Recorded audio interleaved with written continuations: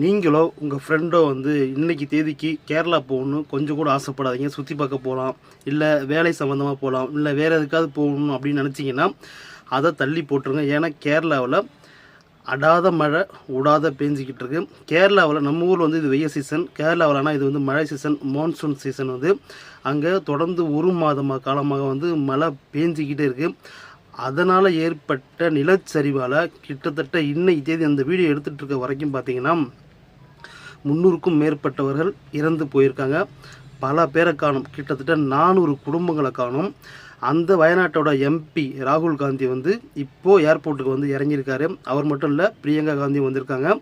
So அந்தளவுக்கு மோசமான நிலை வந்து போயிட்டுருக்கு அங்கே கேரளாவில். ஸோ தயவு செஞ்சு உங்கள் ஃப்ரெண்ட்ஸுங்க யாராவது போகிறதா இருந்தால், இல்லை நீங்களும் போகிறதா இருந்தால் டேட்டை தள்ளி வச்சுட்டு இன்னும் 1 மாதம் கழித்து கேரளா பக்கம் போகிறதுக்கு ஆசைப்படுங்க. தயவு செஞ்சு சுற்றி பார்க்க போகிறேன், டூரிஸ்ட்டாக போகிறேன்னு சொல்லிட்டு தயவு செஞ்சு போயிடாதீங்க. அவ்வளோ மோசமான நிலைமை வந்து கேரளாவில் போயிட்டுருக்கு. என்ன நடந்தது அப்படின்றதான் இந்த வீடியோவில் முழுசாக பார்க்க போகிறோம். ஸோ ஸ்கிப் பண்ணாமல் பாருங்கள். இப்போ தான் நம்ம சேனலில் ஃபஸ்ட் டைம் பார்க்குறீங்க அப்படின்னா கண்டிப்பாக சப்ஸ்கிரைப் பண்ணிவிட்டு ஃபாலோ பண்ணுங்கள். என் இனிய தமிழ் மக்களே வணக்கம். நான் விஸ்வா, விகேடி விஸ்வா.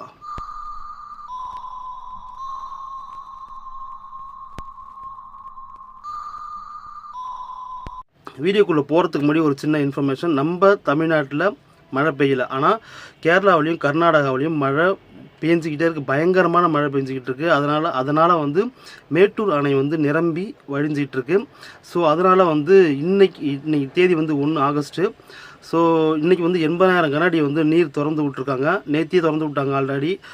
இன்றைக்கி வந்து 1 லட்சத்துலேருந்து 2 லட்சம் கனஅடி தண்ணி வந்து திறந்து விடுறதுக்கு, உபரி நீரை திறந்து விடுறதுக்கு, அது அங்கேருந்து வர நீரை அப்படியே தேக்கி வைக்காமல் திறந்து விடுறதா சொல்லியிருக்காங்க. ஸோ கொள்ளிடக்கரையில் இருக்கிற அனைத்து நம்ம ஆட்கள், அதாவது என்ன சொல்கிற தமிழ் மக்கள் அனைவரும் வந்து கிராமத்தில் உள்ளவங்க மேடான பகுதிகளுக்கு செல்லுமாறு மிக தாழ்மையுடன் கேட்டுக்கொள்கிறேன். எங்கள் ஊரும் சிதம்பரம், எங்கள் ஊர் சிதம்பரத்தில் கடைகோடி கிராமம், பிச்சாவரம் பக்கத்தில் எங்கள் ஊர். ஸோ எங்கள் ஊர்லாம் வெள்ளம் வர்றதுக்கு கலெக்டர் வரைக்கும் அங்கே முகாமிட்டு தங்கியிருக்காங்க எங்கள் ஏரியாவில். ஸோ அதனால் ஜாக்கிரதையாக இருங்க. சரி, நம்ம வீடியோக்குள்ளே போவோம். வயநாட்டில் என்ன நடந்தது அப்படின்னா, கடந்த செவ்வாய்க்கிழமை அன்றைக்கி விடிய கிளம்புற வந்து முண்டகை, மேப்பாடி, சூரல்மலை அப்படின்ற 3 பகுதியில் உங்களுக்கு தெரிஞ்சிருக்கும். கேரளா வந்து வயநாட்டில் உள்ள நான் தான் சொல்லிகிட்டு இருக்கேன். வயநாட்டில் வந்து ஃபுல்லாகவே ஹில்ஸ் ஏரியா தான், மலைப்பகுதி, மலை பிரதேசம், அருமையான மலை பிரதேசம். சுற்றுலாத்தலங்கள் அங்கே ஏகப்பட்டது இருக்குது. கேரளாவில் ஒரு காட்ஸ் ஓன் கண்ட்ரி அப்படின்னு சொல்லுவாங்க. ஸோ அந்த அளவுக்கு வந்து ஒரு தேவதைகள் வாழும் நகரம் வந்து வயநாடு போயிருக்கிறவங்களுக்கு ஏற்கனவே நல்லா தெரியும். அவ்வளோ ஒரு அருமையான பிரதேசங்கள், அது வந்து சுற்றுலாத்தலங்கள் அங்கே இருக்குது. அப்படி இருக்கிற தேயிலை தோட்டங்கள் நிறையா அதிகம் அங்கே வயநாட்டில். அந்த தேயிலை தோட்டங்கள் வந்து குன்றா மலைகளாக இருக்கும். அந்த மலைகளில் செவ்வாய்க்கிழமை அன்று அதீத மழை, அதான் சொல்கிறது, அதிக கனமழை 2 நாளாக தொடர்ந்து பெஞ்சிருக்கு. அதனால் ஏற்பட்ட நிலச்சரிவு, லேண்ட்ஸ்லைடால் வந்து கிட்டத்தட்ட 400 குடும்பங்களையே காணுங்க. இது வரைக்கும் இப்போ நான் பார்த்த 11:30 மணிக்கு நான் பார்த்த அன்றைக்கி அது வரைக்கும் பார்த்தீங்கன்னா 282 பேர் வந்து உடல்களை பிணமாக மீட்டு எடுத்திருக்காங்க. அடையாளமே காண முடியாத அளவுக்கு உடல்கள் சிதைஞ்சு போயிருக்கு. குழந்தைகள் உள்பட 282 பேர்னு சொல்லி கணக்கு இது வரைக்கும் வந்திருக்காங்க. இது அடையாளம் காணப்பட்டது பார்த்தீங்கன்னா ஒரு 130 பேருக்கு மேலே தான் வந்து அடையாளமே காணப்பட்டிருக்காங்க. மீதி உடல்கள் வந்து சுரல்மலை தாண்டி அந்த கவர்மெண்ட் ஹாஸ்பிட்டல் வந்து கொண்டு போய் சேர்த்துட்ருக்காங்க. இவங்க மீட்பு படையினர் வந்து பார்த்திங்கன்னா தேசிய மீட்பு படையினர், அப்புறம் வந்து தீயணைப்பு துறையினர், கப்பல் படையில் உள்ளவங்க, அப்புறம் தேசிய மேலாண்மை மீட்பு படை இருக்குது, அது அவங்க. அப்போ மாநிலத்தில் உள்ள மீட்பு படையினர்னு எல்லாருமே வந்து அங்கே டாக்டர்ஸ்ன்னு சொல்லிட்டு, ஆம்புலன்ஸ்னு சொல்லிட்டு நம்ம கிட்டத்தட்ட ஒரு 3 ஸ்டேட்லேருந்து உள்ள தமிழ்நாடு ஸ்டேட்லேருந்தும் அங்கே ஹெல்ப்புக்கு அனுப்பிச்சிருக்காங்க. நம்ம ஸ்டாலின் கூட 5 கோடி ரூபாய் நிதி உதவி கொடுத்துருக்காரு. இன்னும் தேவைப்பட்டால் கொடுக்க ரெடியாக இருக்கதான் சொல்லியிருக்காங்க. பினராயி விஜயன் இன்றைக்கி ஹெலிகாப்டரில் வந்து நேற்றையும் பார்த்தார், இன்றைக்கும் பார்வையிட போகிறாரு சில ஏரியாக்களை. அங்கே வந்து சுகாதாரத்துறை அமைச்சராக இருக்கிற வீணா சார்ஜ் வந்து லேடி அவங்க வந்து அங்கங்கே முகாமில் தங்கியிருக்கிறவங்களுக்கு போயிட்டு ஆதரவு தெரிவிச்சிருக்காங்க. ஏன்னா அங்கே பார்த்தீங்கன்னா அது ஃபோட்டோ வீடியோலாம் பார்க்கும்போது மனசு ரொம்ப ரொம்ப ரொம்ப தாங்க முடியாத அளவுக்கு இருக்குது. சில குழந்தைகள் வந்து ஒரு உயிரற்ற பிணமாக வந்து கரை ஒதுங்கி கிடக்கிறதும், சில ஏரியாக்களில் வந்து கைகள் மட்டும் தெரிகிற மாதிரி இருக்கிறதும், கால்கள் மட்டும் தெரிகிற மாதிரி இருக்கிறதும், மண்ணில் புதஞ்சி கை மட்டும் தெரியுது, அந்தளவுக்கு மோசமாக வந்து இருக்குது. சில பேர் வந்து அந்த நிலச்சரிவு ஏற்பட்டது ஒரு இடம், ஆனால் 35 கிலோமீட்டர் தாண்டி சில உடல்களை வந்து மீட்டு எடுத்திருக்காங்க. அந்தளவுக்கு மோசமான நிலச்சரிவு இது வரைக்கும் கேரளா வரலாற்றிலேயே, இந்தியாவிலே இந்த மாதிரியான மோசமான நிலச்சரிவு நடந்ததில்லைன்னு சொல்கிறாங்க. ஏன்னா மெயின் காரணம் என்ன அப்படின்னு பார்த்தீங்கன்னா மழை வந்து தொடர்ந்து ஒரு மாதமாக பெஞ்சிக்கிட்டு தான் இருக்குது. அதாவது ஸ்லோவாக அது இப்போ டெய்லியும் தூறல் மாரி போட்டுக்கிட்டே இருக்கும். திடீர்னு கனமழை வரும், திடீர்னு அமைதியாகிடும். அப்படியே விட்டு விட்டு பெஞ்சிருந்துச்சு.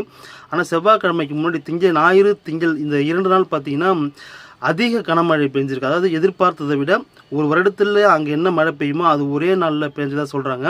ஸோ இது வந்து எல் நினோ லா நினோன்னு சொல்லுவாங்க. இந்த 2 தான் இந்த 2 விஷயந்தான் வந்து அதிக கனமழை பெய்யறதுக்கான காரணம். ஏன்னா பசிபிக் கடலில் ஏற்பட்டிருக்கிற தட்பவெப்ப மாறுதல்களாக இந்த நிலை ஏற்படும். இது நம்ம நாட்டில் தமிழ்நாட்டில் நமக்கு ஏற்பட போய் இன்னும் செப்டம்பர் அக்டோபரில் நவம்பரில் மழை வரும் பார்த்தீங்களா, நம்ம மழை சீசனில் அப்பவும் கூட நமக்கு பெரிதுமாக பாதிப்பு. இப்போ திருநெல்வேலி தூத்துக்குடி பாதிக்கப்பட்டது பார்த்தீங்களா, அந்த மாதிரி இந்த வருஷமும் பாதிக்கப்படுறதுக்கான வாய்ப்புகள் இருக்குதுன்னு சொல்லிட்டு விஞ்ஞானிகள் சொல்கிறாங்க. ஸோ அந்த இப்போ வயநாட்டுக்கு போவோம். வயநாட்டில் பார்த்தீங்கன்னா அந்த மலைகள்லாம் வந்து தேயிலை தோட்டம் பயிர் பண்ணுற மலைகள். அதாவது மண் தான் அதிகமாக இருக்கும். மண் தேக்கி வச்சு ஒரு மலையாக குவிச்சா எப்படி இருக்கும் அந்த மாதிரி தான் இருக்கும். ரொம்ப இறுகின பாறைகளாக இல்லாத ஒரு மலை அது. அதனால தான் அங்கே தேயிலை தோட்டம் தான். அங்கே ஃபுல்லாகவே வந்து டீ ஃபாரஸ்ட் தான் அதிகம். தேயிலை தான் அங்கே உற்பத்தி பண்ணுறாங்க. ஸோ அங்கே தேயிலை உற்பத்தி பண்ணுற விவசாயிகள் ஓனர்கள்லேருந்து எல்லாருமே அங்கே தான் கிராமமாக வந்து வாழ்ந்துட்டுருக்காங்க. நான் சொன்ன பார்த்தீங்களா, மேப்பாடி, சூரல்மலை, இந்த முண்டகைன்றது எல்லாமே சின்ன சின்ன ஊர்கள். அந்த ஊர்களில் தங்கியிருந்தவங்க அப்படியே ஒரு பில்டிங் கூட இல்லைங்க. எப்படி சொல்கிறது, சின்ன வீடு அடிச்சுட்டு போனால் பரவாயில்ல, பில்டிங்கே காணும். பல பில்டிங்கே இல்லை. செங்கல் வச்சு சிமெண்ட் வச்சு கட்டின 2 ஃப்ளோர் 3 ஃப்ளோர் உள்ள வீடுகளே வந்து காணும். அந்த அளவுக்கு மோசமான நிலச்சரிவு. இன்னும் வந்து 400க்கும் மேற்பட்டவர்களை தேடிக்கிட்டு இருக்காங்க. இன்னும் ஏகப்பட்ட பேர் அடையாளம் காண முடியல. உடல்கள் வந்து சின்ன பின்னமாக இருக்குது. எப்படி சொல்கிறதுன்னு தெரியல. பாதியாக பிச்சுக்கிட்டு, கை கால்கள் தனித்தனியாக பிச்சுக்கிட்டு போகிற அளவுக்கு மோசமான. அப்போ அந்த காற்றாட்டம் வெள்ளம், அந்த நிலச்சரிவு எப்படி ஏற்பட்டிருக்கும் அப்படின்னு நினச்சிருப்பாருங்க. மீட்பு படையினரால் அங்கே போயிட்டு மீட்கவே முடியல. எங்கே யார் இருக்கா, எத்தனை பேர் மண்ணுக்குள்ளே புதஞ்சிருக்காங்க, இந்த ஏரியாவில் அதிகமாக இருக்குமா இல்லை அதை தாண்டி இருக்குமான்னு சொல்லிட்டு ரொம்ப கவலைக்கிடமாக வந்து யாராலையும் எதுவுமே பண்ண முடியாத அளவுக்கு சூழ்நிலை அங்கே அமைஞ்சிருக்கு. இன்னொரு விஷயம் என்னென்னா, இன்னமும் தொடர்ந்து மழை பெஞ்சிக்கிட்டே இருக்குது, பெய்து கொண்டே இருக்கிறதுனால மீட்பு படையினால் சரிவர வந்து அந்த ஸ்பாட்டுக்கு போயிட்டு சேர முடியல. ஒவ்வொரு கிராமத்துக்கும் பார்த்திங்கன்னா ஒரு சின்ன சின்ன பாலம் தான் இருந்திருக்கு. எல்லா பாலமும் அடிச்சுட்டு போயிடுச்சு நிலச்சரிவினால்.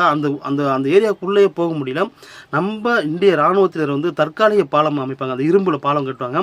அதை நான் இப்போ பார்த்தேன், தற்சமயம் இந்த வீடியோ எடுக்கிறதுக்கு முன்னாடி பார்த்தப்போ பணிகள் முடிஞ்சிச்சு. ஒரு கிராமத்துக்குள்ளே போகிறதுக்கு வந்து ஐ திங்க் சூரல்மலைன்னு நினைக்கிறேன், மேப்பாடி சூரல்மலை தெரியல, அங்கே வந்து அந்த தற்காலிக பாலத்தை அமைச்சு அந்தாண்ட போகிறதுக்கான வேலையை வந்து கிட்டத்தட்ட முடிஞ்சு இன்றைக்கி அந்தாண்ட போயிடுவாங்க. ஸோ மீட் பண்ணி இன்னும் கொஞ்சம் வேகமாக நடக்கும். இன்னும் நிறைய உடல்கள் வந்து தேடி கண்டுபிடிப்பாங்க அப்படின்ற மாதிரி சொல்லியிருக்காங்க.